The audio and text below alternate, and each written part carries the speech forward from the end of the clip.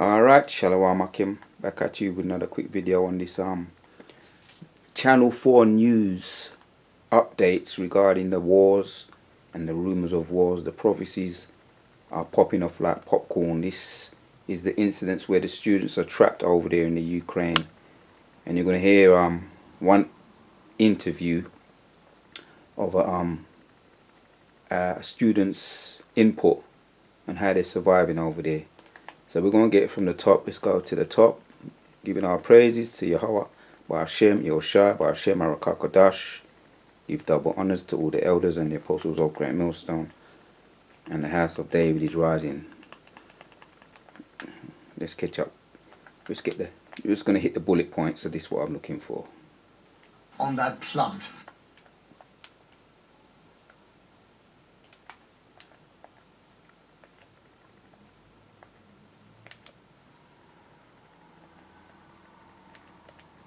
Themselves trapped inside a war zone in the country's northeast, more than 500 miles from the only real way out over the western border with Poland or Slovakia.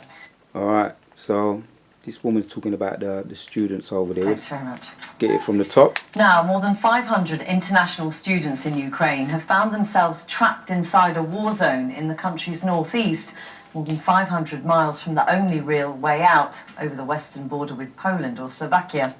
Yeah, and a great majority of them are so-called Africans, which are the Israelites. Well, some of them, a handful of them, or who knows how many, but a lot of them would be Israelites, the so-called tribe of Judah. So, or not the so-called tribe of Judah, the tribe of Judah, but so-called Africans.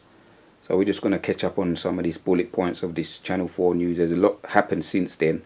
This was about a couple of days ago. So we're hearing about the bombing of hospitals, schools, main land monument buildings.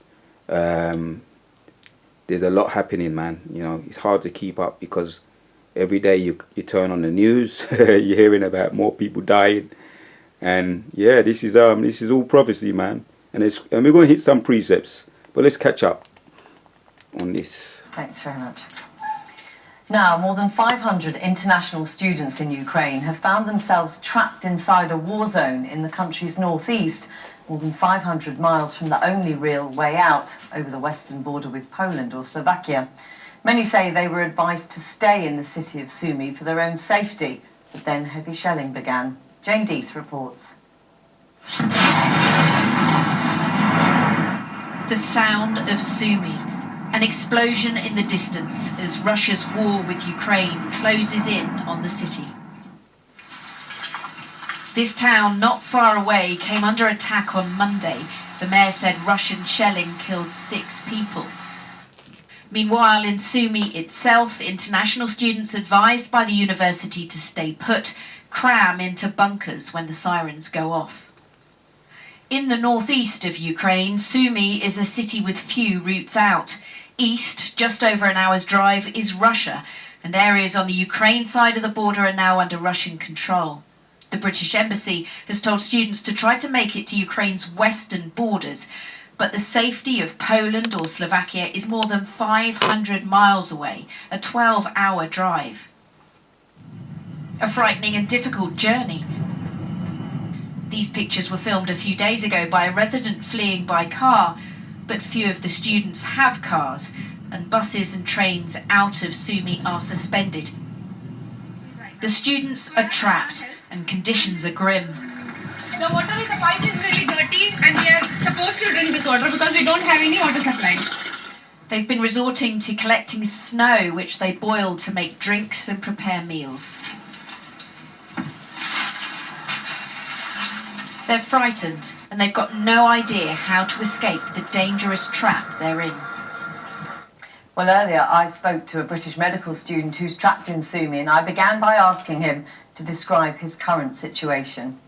We were just in the bunkers in the morning, and we just came back to our room. We were just told for like a few hours you can come back and have something to eat or just chill out for a while, try to get some rest. But we are not able to because there is no water and electricity is being off. We are just like struggling to try to get to toilets or try to cook something. there's literally no water to drink, nor washing room or restroom, any sort. And I'm not sure what's going to happen to us at all. How did you end up trapped? Because many people obviously have tried to flee. Did you and your friends Okay. try to leave? We tried to spoke to some taxi drivers and some bus drivers, but we were just told by them that it's actually impossible because all the roads and the bridges that connects to different cities have been bombarded and destroyed. And we were told to just take a walk, but we are unable because it's snowing right now and it's -4. So we are not even able to make a way at all. We've been contacted with every sort of embassy. We tried to contact with the British Embassy, and British Embassy basically just told us that, I'm sorry, we don't know what to do. They just told us that if you somehow manage to make it to the western borders, let us know or call us. So, and since then, we are just panicking too much. So an offer of help if you can make it to the border, but no Yeah. advice or help to get there. Literally none. And I just wonder how you're all coping. We can't eat any sort of meals. If we do, then there's literally no water for restrooms at all. And they're just struggling with the weather. There's no water, no electricity. Like right now, I'm thankful that I had a power bank and I'm able to talk to you because of some charge that I have left on my phone. But there are so many people, they're not even trying or cannot talk to their parents back at home. And that's what really panicking us more, because the parents, they're just crying every time we call, and they're calling us every 20 minutes, you know.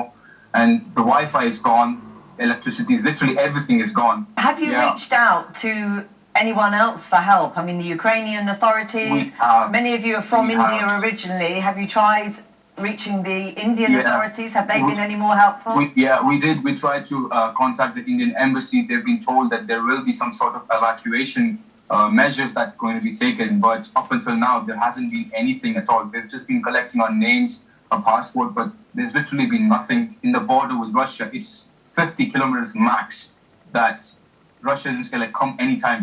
But we have been told to travel almost 1,200 kilometers away from Sumy all the way to Romania or the other end of Ukraine.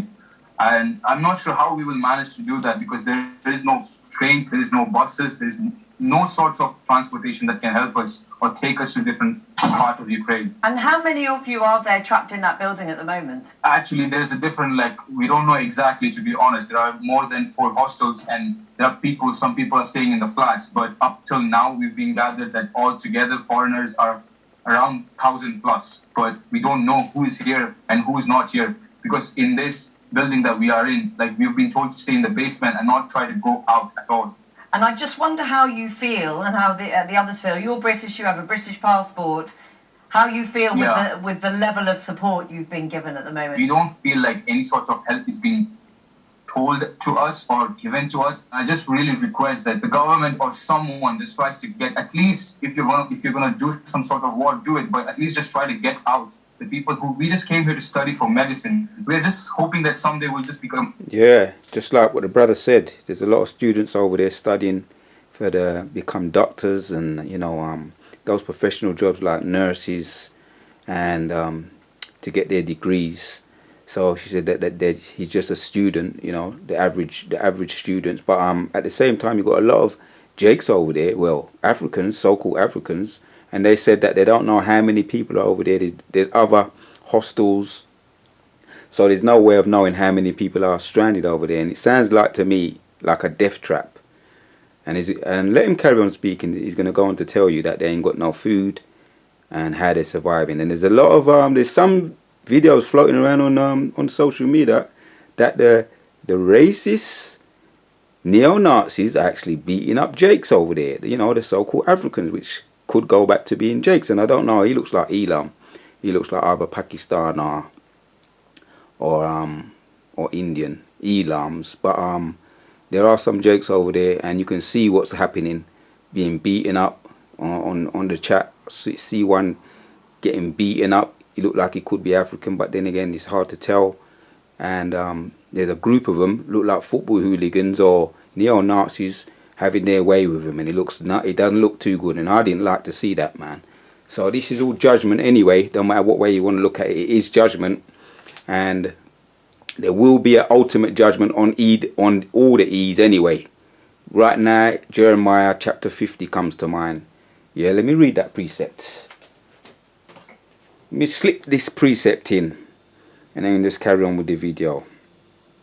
Because ultimately, it's prophecy being fulfilled, and it's judgment, man. Jeremiah 50, and go straight to the point in 22, and it says, and the sound of battle is in the land of a great destruction. How is the hammer of the whole earth cut asunder and broken? Cut asunder and broken. How is Babylon become a desolation among the nations? Right. I have laid a snare for thee, and thou art also taken.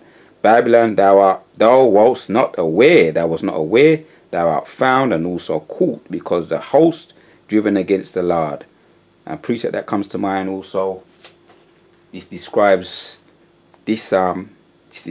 ease, because these are ease, the next door neighbor to Russia, which they're basically Russian, just next door neighbors. Described here in 23. How is the hammer of the whole earth cut asunder? Right. Psalms 17 and 13 says this is the hammer. And in Psalms 17, let me read that one. They are being pursued now, which it is judgment. It's just a sad reality of the matter. Psalms 18 and 13 says, Psalms chapter 17, 13. Arise, O Lord, disappoint him, cast him down, deliver my soul from the wicked, which is thy sword. So right now they're in the devil's punch bowl. Who knows what will become of this guy and all the other students that are stranded out there? Are they there to be fit for the slaughter?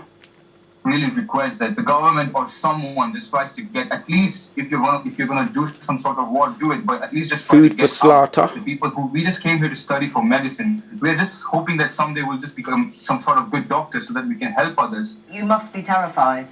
At some point we're just like given up, literally. We don't know what to do. You can see that I'm really hurt. It really gets to people. I'm really struggling. We really all are struggling. So I just really hope, I request to anyone who is out there who can help us, just try to get us out, even little by little. I really pray that some sort of help is coming on the way. I really do.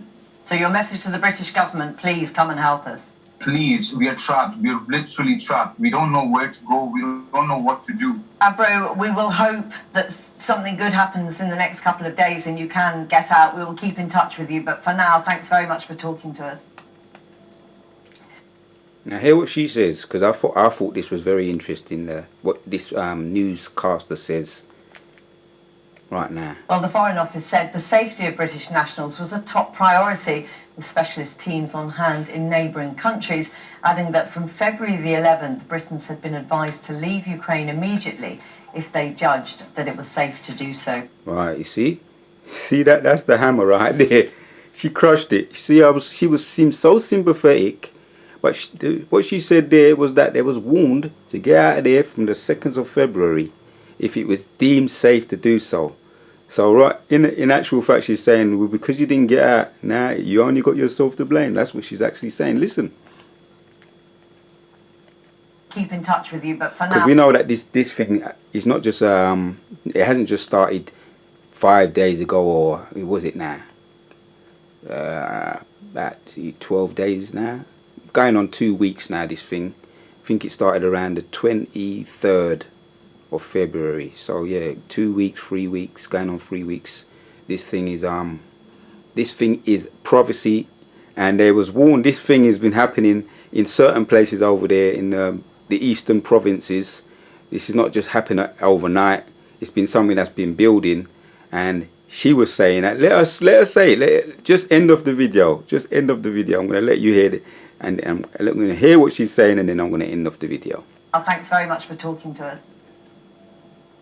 Well, the Foreign Office said the safety of British nationals was a top priority, with specialist teams on hand in neighbouring countries, adding that from February the 11th, Britons had been advised to leave Ukraine immediately if they judged that it was safe to do so.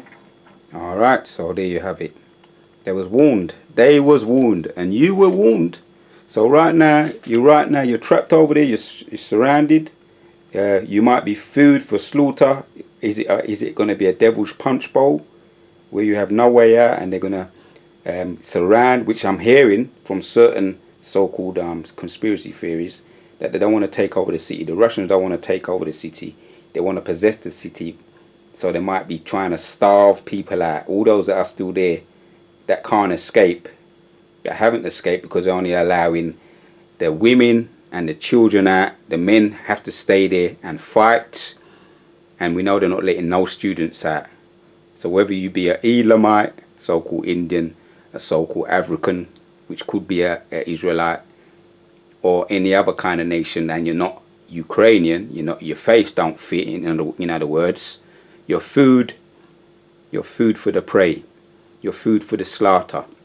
Because like I say, they're beating them up, and there's a lot of other stories people have, the students have a lot of other stories and their own experience that they probably you wouldn't hear it on the mainstream news.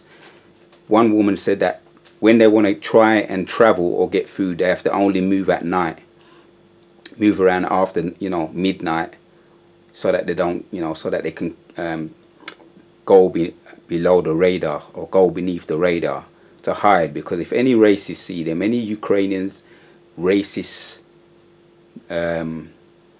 neo-Nazis see them, that's it. They're going to get chased and they have to run for their life.